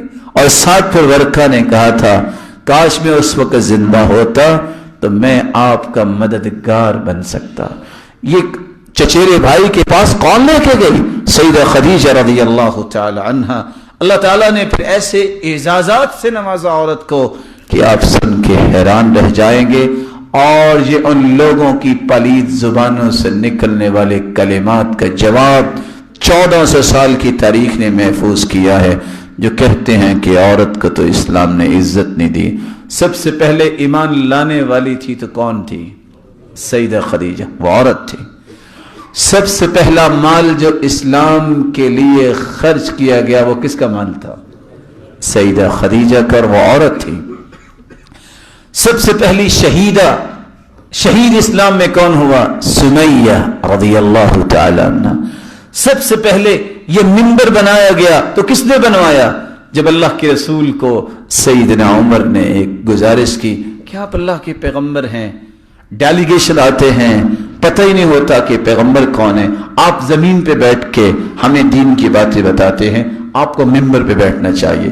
ادھر یہ بات ہوئی، فقیہ انصاریہ صحابیہ، یہ صحابیہ کہنے لگی اللہ کے رسول مجھے اجازت دیجئے، یہ سعادت میں حاصل کرنا چاہتی ہوں. اپنے غلام میمون کو بلایا، میمون کو بلایا جو کارپینٹر تھا، نجاری تھا. اس نے 3 سیڑھیوں پر مبنی جھاؤ کی لکڑی کا ایک منبر تیار کیا. سب سے پہلا منبر بھی تیار کرنے کی سعادت ملی تو کس کا ملی؟ عورت کا ملی. جب مدینہ میں اذان فرض ہوئی تو اذان کہنے کے لیے سب سے اونچا گھر انصاریہ صحابیہ کا تھا. اس گھر کی چھت پہ چڑھ کے بلال نے اذان دی. یہ سعادت بھی حاصل کی تو کس نے کی؟ اللہ نے یہ اعزازات سارے عورت کو عطا کیے. اس لیے تو ان احادیث کو سن کے کہنے والے کہتے ہیں عورتوں کو بھی میدان میں دین کے لیے آگے بڑھنا چاہیے. جہاں مسجد بن رہی ہو ان کی خواہش ہونی چاہیے کہ فقیہ انصاریہ صحابیہ کی سنت کو میں زندہ کرنا چاہتی ہوں. بھئی آپ مسجد بناؤ، ممبر میں بنوا کے دوں گی. آپ مسجد بناؤ، مرد لگے ہوئے ہو، میں اس کا ساؤنڈ سسٹم کا بندوبست میں کروں گی، کیونکہ پہلی اذان جو ہے وہ انصاریہ صحابیہ کے گھر کی چھت پہ کھڑے ہو کے کہے گی. اللہ ذوالجلال سے دعا ہے ان باتوں کو سمجھنے کی اور معاشرے کی اس غلط روش کو بدلنے کی توفیق عطا فرمائے. جو عورت کو کھلونا بنانا چاہتے ہیں اور عورت کی تحریر کی بات کرتے ہیں، آزادی کی، لا واللہ لا یریدون تحریرہا بل یریدون تحمیرہا. وہ اس کی آزادی نہیں چاہتے بلکہ اسے کھلونا بنانا چاہتے ہیں، اور یہ کسی مسلمان کو ایسی سوچ نہیں بنانی چاہیے. رب تعالی ہمیں ان اقدار کی حفاظت کی توفیق عطا فرمائے جن اقدار کو اللہ نے قرآن و حدیث میں محفوظ کیا ہے، اور انہی اقدار کے بدلے قیامت کے دن مومنہ عورتوں کو سیدہ عائشہ اور خدیجہ کے ساتھ کھڑا فرمائے، اور ان مردوں کو جو ان تعلیمات کو باقی رکھتے ہیں اللہ اپنے پیغمبر کا ساتھ نصیب فرمائے. وآخر دعوانا الحمدللہ.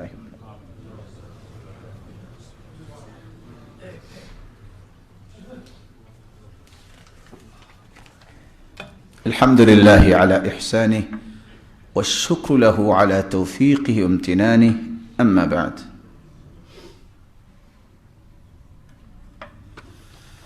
اتنے انعامات، اتنے اعزازات، اتنے تکریمی پہلو جس عورت پہ ہوئے ہیں، اللہ کی طرف سے اس عورت کی ذمہ داری کیا ہے؟ قاعدہ ہے الغنم بالغرم. جتنا انعام بڑا ملتا ہے اتنی ذمہ داریاں بھی بڑی ہوتی ہیں، اتنے جرمانے بھی بڑے ہی پڑتے ہیں. اس کی ذمہ داری کیا ہے؟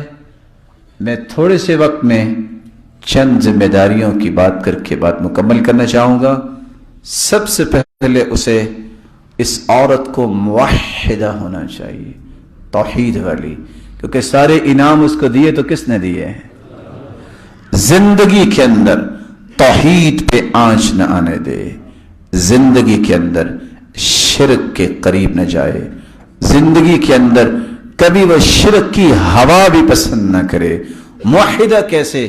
رسول اللہ صلی اللہ علیہ وسلم کی صحابیہ جب ان کی شادی ہوئی، ام سلیم رضی اللہ تعالی عنہ، اور میں گزارش کروں گا، ادباً گزارش کروں گا، بیٹیوں سے بھی، بہنوں سے بھی اور ماں سے بھی، زندگی میں ایک مرتبہ 4 عورتوں کی سوانح حیات ضرور پڑھیں. سیدہ خدیجہ رضی اللہ تعالی عنہ، سیدہ عائشہ رضی اللہ تعالی عنہ، سیدہ ام سلیم رضی اللہ تعالی عنہ، سیدہ ام عطیہ رضی اللہ تعالی عنہ. یہ 4 عورتوں کی سوانح حیات پڑھنے والی عورت، اللہ کے فضل سے اس کے سامنے وہ ایک راستہ آئے گا جس راستے پہ چلتے کبھی وہ ڈی ٹریک نہیں ہوگی، صراط مستقیم پر گامزن رہے گی۔ رسول اللہ صلی اللہ علیہ وسلم کی یہ صحابیہ اس دن کے انتظار میں ہیں کہ بیٹا کب بولنا شروع کرے۔ جس دن پہلے دن اس کی زبان چلی، بیٹے کی انگلی پکڑ کے کہتی ہے قل یا بنی لا الہ الا اللہ، بیٹے کہو لا الہ الا اللہ۔ اور آسمان کی طرف انگلی کیوں کی؟ یہ سمجھانے کے لیے، عقیدہ مضبوط کروانے کے لیے کہ اللہ ذات کے اعتبار سے عرش پر مستوی ہے، اور اس کا علم اور اس کی قدرت کائنات کے ذرے ذرے میں ہے۔ اس لیے موحدہ عورت کبھی یہ نہیں کہتی میرا خامند لیٹ ہو گیا تھا، ہاسپٹل میں لے کے نہیں گیا، اس نے میرا بچہ مارا ہے۔ یہ ان لوگوں کی باتیں ہیں جن کی عقائد کمزور ہوتے ہیں۔ یہ ام سلیم کا ایک بیٹا تھا، جب پہلا بیٹا پیدا ہوا بیمار ہو گیا، خامد گیا ہوا ہے کام کاج کے لیے، فوت ہو گیا، اکیلی جان، جس کو لوگ صنف نازک کہتے ہیں، لیکن بہادری دیکھیے، شجاعت دیکھیے، اللہ تعالیٰ کا انعام دیکھیے۔ یہ صبر کی پہاڑ عورت غسلتہ، اکیلی نے غسل دیا، کفنتہ، اکیلی نے کفن پہنایا، حنطتہ، اکیلی نے خوشبو لگائی اور گھر کے ایک کونے میں اس کو لٹا دیا۔ خامد آیا، بین نہیں کیا، نوحہ نہیں کیا، شور نہیں مچایا اور ہلچل نہیں مچائی، استقبال ریسپشن دی، خامد کو ریسپشن دی ہے۔ اور خامد نے پہلا سوال کیا کیف ابنی، بیٹا کیسا ہے؟ جواب سنیے گا حکمت سے لبریز، اہدأ ما کان، پہلے سے سکون میں ہے، کیونکہ اب کس کے پاس چلا گیا؟ اور بچے کا تو کوئی گناہ نہیں ہوتا، اس وقت تکلیف میں تھا جب بیمار تھا، جب اللہ کے پاس چلا گیا تو پہلے سے سکون میں ہے۔ پھر کھانا لے کے آئی، کوئی سٹوری نہیں کھولی، کھانا لے کے آئی، کھانا کھلایا، ثم تجملت له كما تجملت له من قبل، پھر اپنے آپ کو تیار کیا، اہتمام کیا، اپنے خامد کے پاس آئی۔ کچھ وقت کے بعد سوال کرتی ہیں لو ان قوما استعاروا شيئا، اگر کوئی قوم ادھار لے اور اسے کہا جائے ادھار واپس کرو، وہ کہیں ہم نے واپس نہیں کرنا، تو کیا خیال ہے؟ قال بئس ما قالوا، بہت برے لوگ ہیں، ادھار تو لے کے واپس کرنا چاہیے، دعا دینی چاہیے، انما جزاء السلف الحمد والادا، جس سے قرض لو وقت پہ قرض واپس کرو، اس کو دعائیں دو کہ وہ مشکل وقت میں آپ کے کام آیا ہے۔ تو ام سلیم نے کیا کہا؟ حب ابنک، بیٹا اللہ نے ادھار دیا تھا واپس لے لیا۔ کہا کیا کہہ رہی ہو؟ کہا جو بھی کچھ کہہ دیا ہے، اللہ کی امانت تھی، اللہ کے پاس چلے گی۔ سید المرسلین فرماتے ہیں میں جنت میں گیا، جب میں نے وہاں جنت میں جبریل ساتھ ہیں، مجھے خوشبو آئی اور کسی کے چلنے کی آواز آئی، میں نے کہا یہ کون ہے؟ جواب ملا غمیصہ بنت ملحان، یہ غمیصہ بنت ملحان آ رہی ہیں جس نے یہ صبر کیا تھا، آج اللہ نے اس کو یہ بدلہ عطا کر دیا ہے۔ مومن عورت کی ذمہ داری یہ ہے توحید پہ آنچ نہ آنے دے، اس کے اندر صبر ہو، ٹالریٹ کرے، معاشرے کے ان فتنوں کو اپنے ایمان سے توڑے۔ جو لوگ چاہتے ہیں اس کے عزت سے کھیلنا، یہ ان کے سامنے دیوار بن جائے، یہ ایسے قلعے میں اپنے آپ کو لے جائے جہاں کسی دشمن کی نظر بھی نہ پہنچ سکے۔ دوسری ذمہ داری یہ ہے کہ اس کو اللہ کے رسول کے مطیع ہونا چاہیے۔ اللہ کے رسول کی مطیع کیسے ہوگی؟ اطاعت گزار کیسے ہوگی؟ اللہ کے رسول صلی اللہ علیہ وسلم نے اس کے وصف بیان کیے ہیں۔ اذا صلت المرأة خمسها، 5 نمازوں کی جب عورت پابند بن جائے، وصامت شہرہا، جب وہ رمضان کے روزے رکھنے والی بن جائے، واطاعت زوجہا، اپنے خامن کی اطاعت کرنے والی بن جائے، وحفظت فی نفسہا ومالی، اپنے خامن کے مال اور اپنی عزت کی محافظہ بن جائے، قیامت کے دن ہوگا رب تعالیٰ فرمائیں گے یہ جنت کے 8 دروازے کھلے ہیں، جس دروازے سے چاہتی ہو جنت چلی جاؤ۔ اور دوسری روایت کے الفاظ ہیں قریش کی عورتوں کی تعریف سیدہ عائشہ نے کی ہے. اس کی 2 وجہ تھی. وہ وجہ کیا تھی؟ ارعاء علی ولدی احناہ علی ولدی ارعاہ علی زوج. خامند کو کس طرح یہ اہتمام دیتی ہیں قریشی عورتیں اور کس طرح ان کا خیال کرتی ہیں اور اپنے بچوں کو ٹوٹ کے چاہنے والی اور ان کی خوبصورت تربیت اور پرورش کرنے والی. جو عورت اپنے آپ کو اللہ کے رسول کے ساتھ سچی محبت میں لگانا چاہتی ہے، اطاعت کرنے والی ہے، اتباع کرنے والی ہے اور اس کی تمنا ہے، یہ خواہش اور ذوق اور شوق اور تڑپ ہے کہ کل قیامت کو صفے بنے تو میں سیدہ عائشہ کے ساتھ کھڑی ہوں، میں سیدہ خدیجہ کے ساتھ کھڑی ہوں. اسے نماز کی پابندی کرنی چاہیے، اسے روزوں کا اہتمام کرنا چاہیے، بچوں کی خوبصورت پرورش اور تربیت کرنی چاہیے، اپنے خامند کے مال اور اس کی حفاظت اور اپنی حفاظت کرنی چاہیے. اور ساتھ ہی سیدہ خدیجہ کی صحیح بخاری کی روایت بھی سن لیجئے. زندگی میں سب سے بڑی اس کی یہ تمنا ہونی چاہیے کہ میرا خامد نمازی بھی ہے، میرا خامد روزے دار بھی ہے، میرا خامد نیکی کے کام بھی کرتا ہے، میں اس کے ہر نیکی کے کام میں شریک ہونا چاہتی ہوں. سید المرسلین غار حرا میں تھے اور اللہ کے رسول صلی اللہ علیہ وسلم کی زوجہ مطہرہ سیدہ خدیجہ گھر میں کھانا پکا رہی ہیں.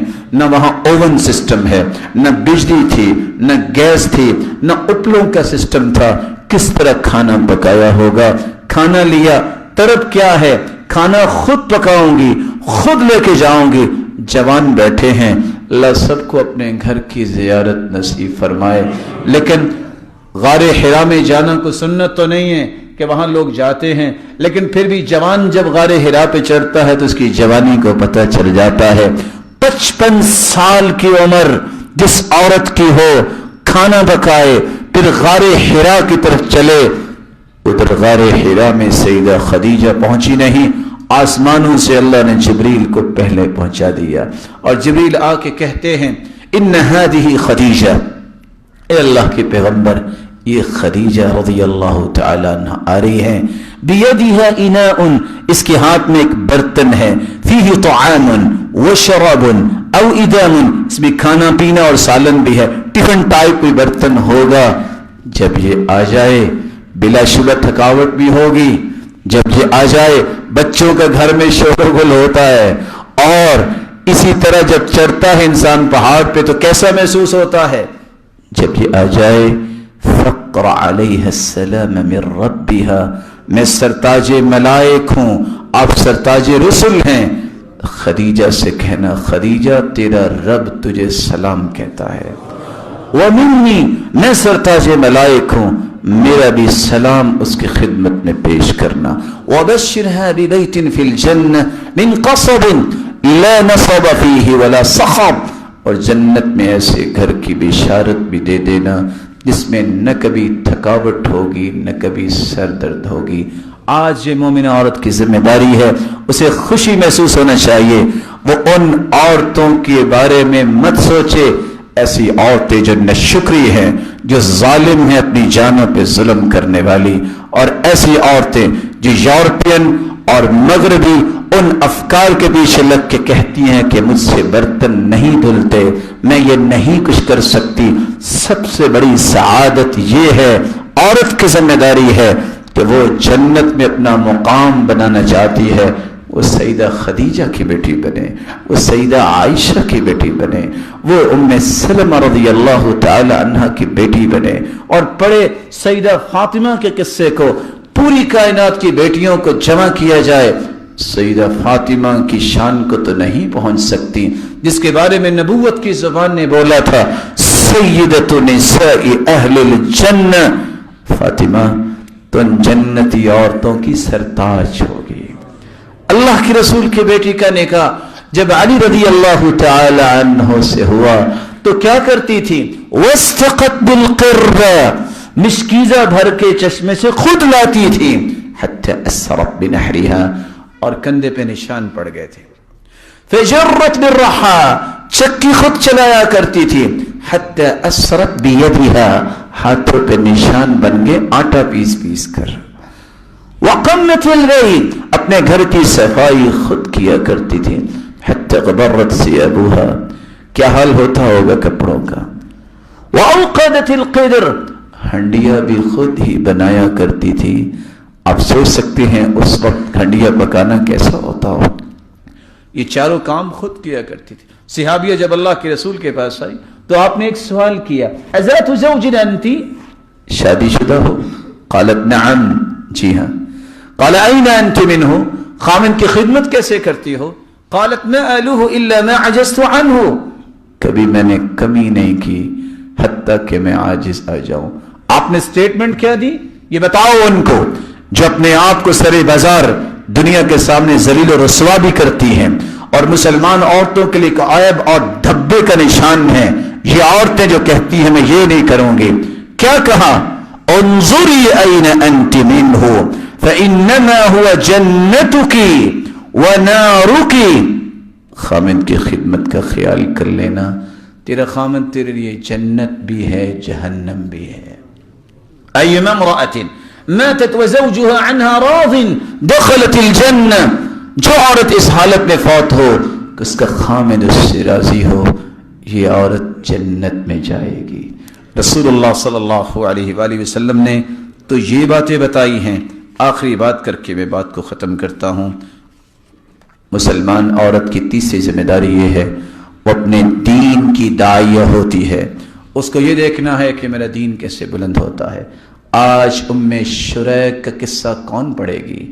آج ام شریک کو بھول گئی عورتیں. اکیلی ذات اپنے خاندان کے ایک ایک گھر میں اسلام کی دعوت دینے کے لیے جا رہی ہے. حتیٰ کہ نتیجہ کیا نکلا؟ ہاتھ باندھ دیے گئے، پاؤں میں رسیاں ڈال دی گئی، سخت دھوپ میں کھڑا کیا گیا. اور ام شریک کہتی ہیں کہ جب میں آسمان کی طرف دیکھتی تو مجھے بھوک کی وجہ سے دھواں ہی نظر آتا. مشکیزیں بھر کے پانی کے صرف پاس اس لیے رکھے کہ یہ تڑپے پانی کے لیے لیکن اس کو ملے نہ. یاد رکھنا مصیبتیں تو مسلمانوں پہ آتی ہیں لیکن درجے بھی بلند ہوتے ہیں. ام شریک کہتی ہیں جب میں نے سر اٹھایا اور سکت نہیں تھی، میں نے ایک ہی بات کہی، اللہ تیرے دین کے لیے تکلیف ہے. فَإِذَا بِدَلْوٍ وَرَشَّ بِرَشَاءٍ أَبْيَضٍ، میرے رب کے فیصلے دیکھیے، سفید رسے سے بندھا ہوا پانی سے بھرا ہوا ایک ڈول اللہ نے اتار دیا، جس کو کہتی ہے میں نہیں جانتی کیسے میرے ہاتھوں نے ان کو کھولا. میں نے پانی پیا بھی اور اپنے اوپر انڈیل لیا. وہ دوڑ کے آئے کہ اس نے تو پانی ہمارا ضائع کر دیا. جب مشکیزوں کو دیکھا تو وہ تو سر بمہر تھے، وہ تو بند تھے. اس ایک عورت کی وجہ سے وہ قبیلہ مسلمان ہو گیا. آج ذمہ داری ہے، کسی کے گھر میں جاتی ہو اے بہن اور بیٹی، کسی کو بلاتی ہو اپنے چائے پہ، گیدرنگ پہ جاتی ہو، تمہیں داعیہ ہونا چاہیے، تمہیں داعیہ بننا چاہیے. تمہارے جانے سے مجلس کو پتہ چل جائے کہ مومنہ آ گئی ہے. حشمت کے ساتھ، عزت کے ساتھ، عفت کے ساتھ تم جاؤ. تمہارا روب ہونا چاہیے، تمہاری شان شوکت ہونی چاہیے، کسی کو علم ہو یہ مومنہ آ گئی ہے. وہاں سے برائیاں دوڑتی نظر آئیں، وہاں سے برائیاں چھپتی نظر آئیں، فلاں عورت آ گئی ہے. اور یہی صحابیات کا طریقہ تھا، یہی تابعات کا طریقہ تھا، یہی نیک اور صالح عورت کی نشانی ہوتی ہے. وہ اس طرح کے شوشوں کے پیچھے اپنے آپ کو نہیں لگاتی. آؤ رابعہ العدویہ کا قصہ پڑھیے. صرف کھانا پکانے کے لیے اٹھتی، صرف سونے کے لیے اٹھتی، وگرنہ مصلح اس کے اوپر کون بیٹھی ہے؟ رابعہ العدویہ. قرآن کی تلاوت کر رہی ہے یا نوافل پڑھ رہی ہے یا ذکر کر رہی ہے. ادھر زبان سے کوئی بات نکلتی اللہ اسی وقت پورا کر دیا کرتا. جب سجدے سے سر اٹھاتے تو لوگ سمجھتے شاید یہاں چشمہ ہے، وہ چشمہ نہیں، اس کی آنکھوں سے رم جم جاری ہوا کرتی تھی. آج یہ عورتیں کہاں گم ہو گئی ہیں؟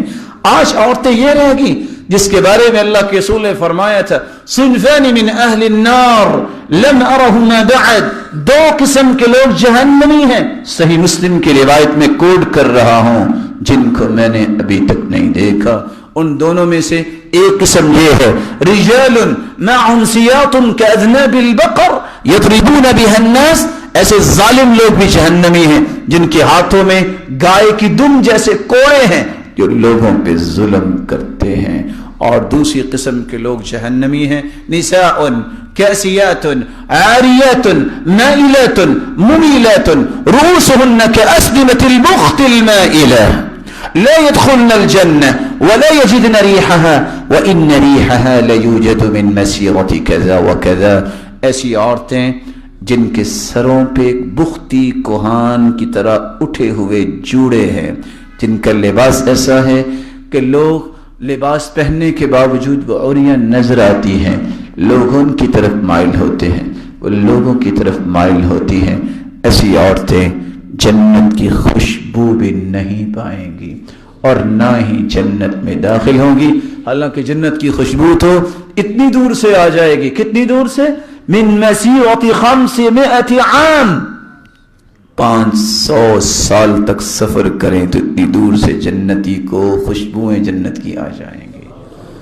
ایسی عورت جو مثالی عورت ہوتی ہے وہ اس حدیث کو جانتی ہے. اللہ کے رسول صلی اللہ علیہ وسلم نے فرمایا ایک وقت آنے والا ہے, اس وقت میں ہوگا کیا, میری امت کے لوگ اور مرد یرکبون علی سروج کاشباہ الرحال, لوگ کجاووں پہ سوار ہوں گے. کیسے کجاوے؟ لوگ چراغوں پہ سوار ہوں گے جو کجاووں جیسے ہوں گے. کجاوا اٹ مینز کہ آج بھی موجود ہے, آج بھی لوگ گدے پہ اس کو رکھتے ہیں, لوگ اونٹوں پہ رکھا کرتے تھے, جب سواری کرتے تو کجاوا رکھ لیا کرتے تھے.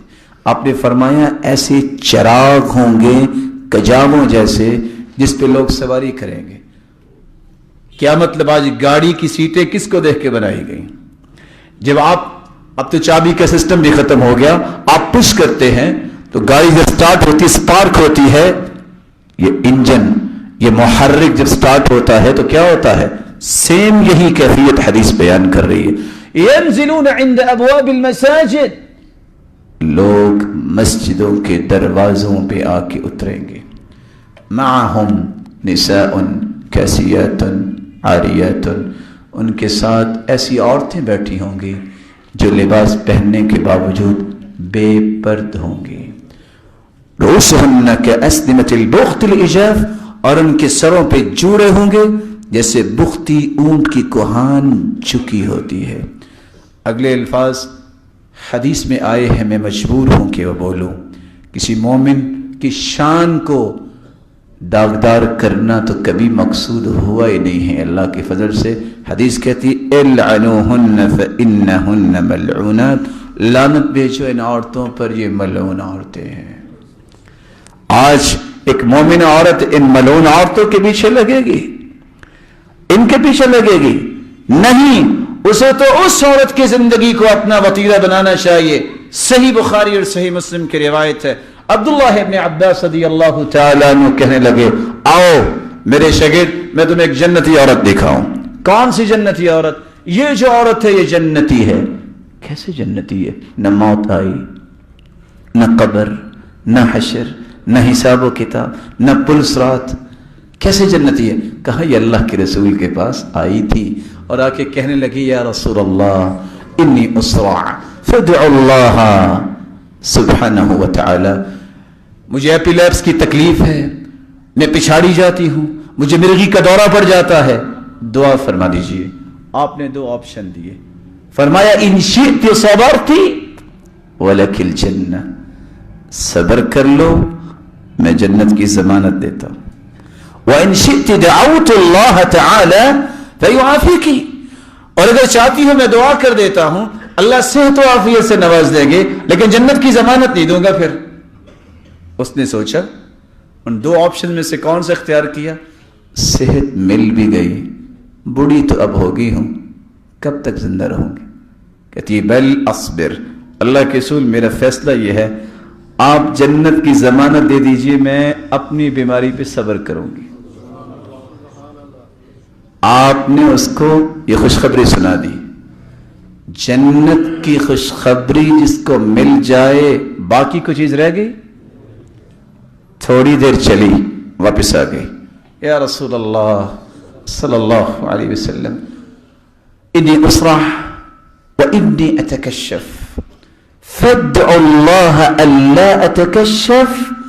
اللہ کے رسول میں بیماری پہ صبر کر سکتی ہوں، جنت کی خوشخبری مجھے مل گئی ہے، میں جنت کی خوشخبری لینے کے بعد بھی جب میں گرتی ہوں تو بے پردہ ہو جاتی ہوں، میری غیرت برداشت نہیں کرتی. صرف اتنی گزارش میری مان لیجئے، دعا کر دیجئے میں بے پردہ نہ ہوں. جنت کی عورت ہے. فدعا لها، اللہ کے رسول نے دعا کی، صحت بھی اللہ نے دے دی اور جنت کی ضمانت.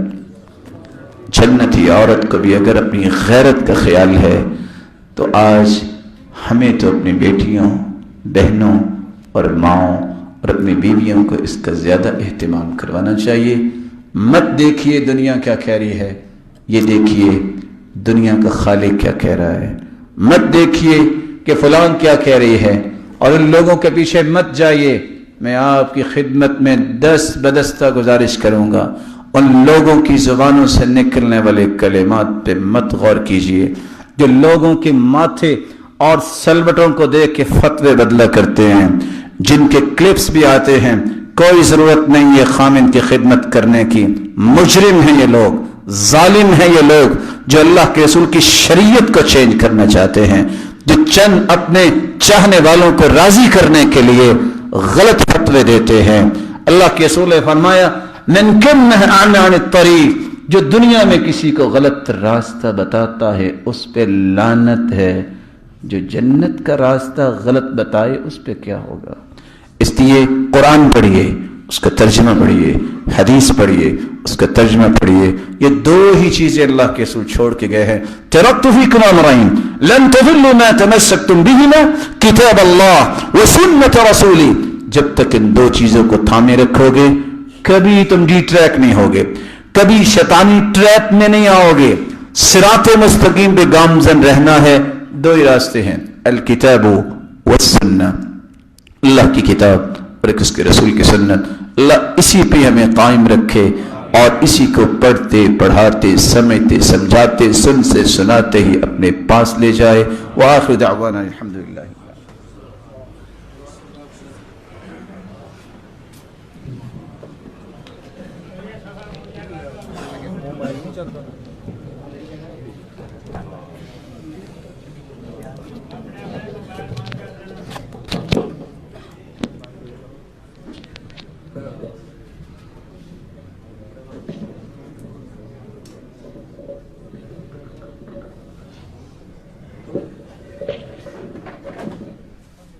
اللہ اکبر اشہد ان لا الہ الا اللہ اشہد ان محمد رسول اللہ.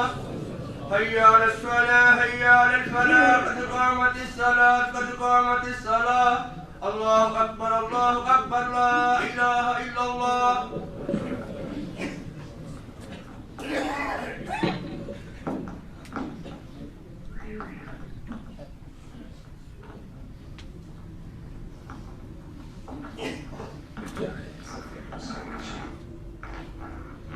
رسول اللہ صلی اللہ علیہ وسلم کا فرمان ہے من سد فرجہ بنى اللہ له بیتا فی الجنہ. جس صف میں محبت، الفت، مودت، اجتماعیت کا ثبوت دیتا ہے اور نرمی کے ساتھ اس طرح پاؤں کے ساتھ پاؤں ملا لیتا ہے کہ کوئی خلا باپ کی نہیں بچتا.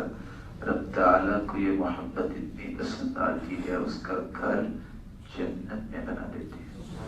وَأَفْعَلَهُ بِهَا دَرَجَةً، اور اس کے درجات کو بھی بلند فرما دیتے ہیں. اللہ اکبر.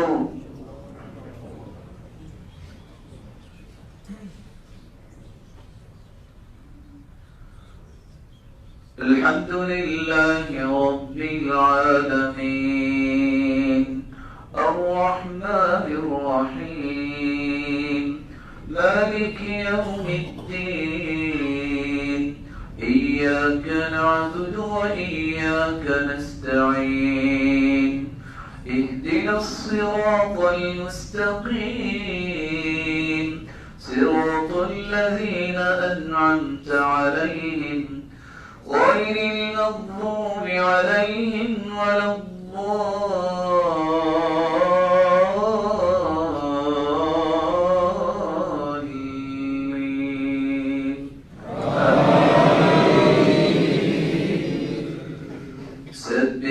اسم ربك الأعلى الذي خلق فسوى والذي قدر فهدى والذي أخرج المرعى فجعله غثاء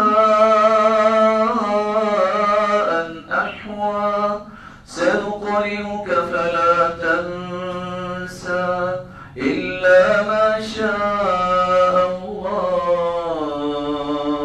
إنه يعلم الجهر وما يخفى ونيسرك لليسرى فذكر إن نفعت الذكرى سيذكر من يخشى ويتجنبها الأشقى الذي يصلى النار الكبرى ثم لا يموت فيها ولا يحيا قد أفلح من تزكى وذكر اسم ربه فصلى بل تؤثرون الحياة الدنيا والآخرة خير وأبقى إن هذا لفي الصحف الأولى صحف إبراهيم وموسى.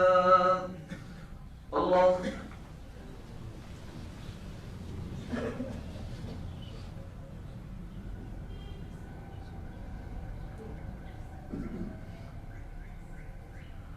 سمع الله لمن حمده.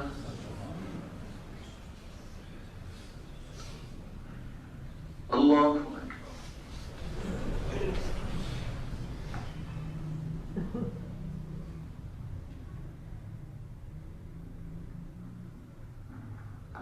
الله أكبر.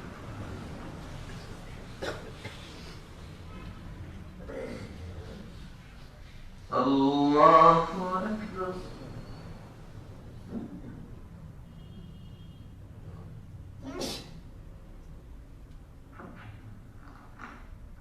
الله أكبر. الحمد لله رب العالمين الرحمن الرحيم مالك يوم الدين إياك نعبد وإياك نستعين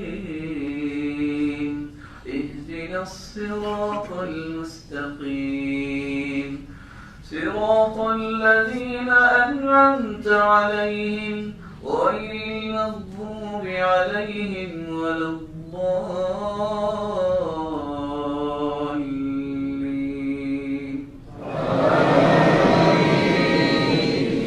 هل أتاك حديث الغاشية وجوه يومئذ خاشعة عاملة ناصبة تصلى نارا حامية تسقى من عين آنية ليس لهم طعام إلا من ضريع لا يسمن ولا يغني من جوع وجوه يومئذ ناعمة لسعيها راضية في جنة عالية لا تسمع فيها لاغية فيها عين جارية فيها سرر مرفوعة وأكواب موضوعة ونمارق مصفوفة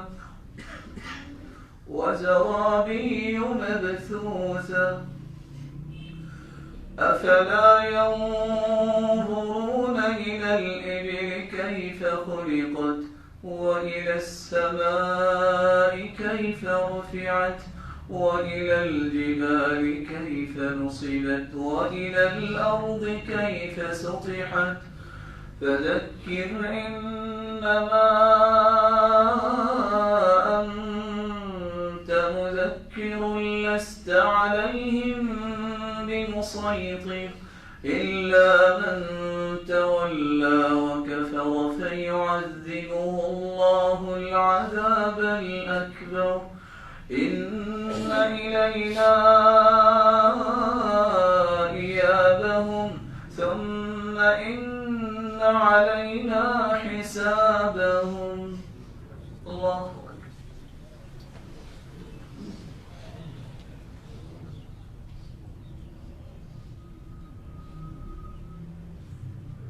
سمع الله لمن حمده. الله أكبر.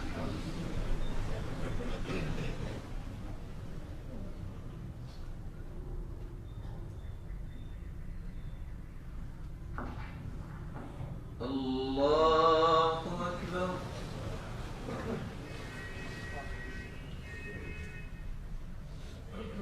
الله أكبر.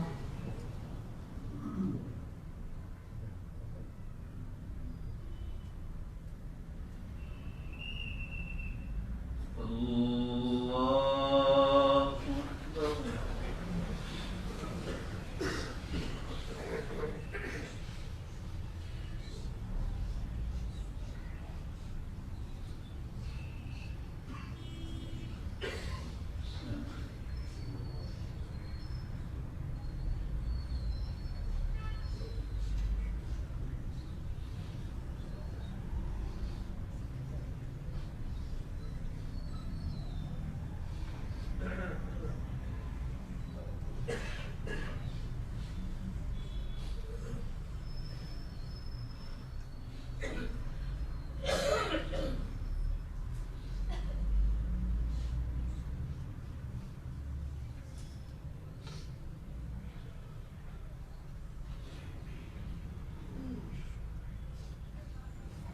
السلام عليكم ورحمة الله. السلام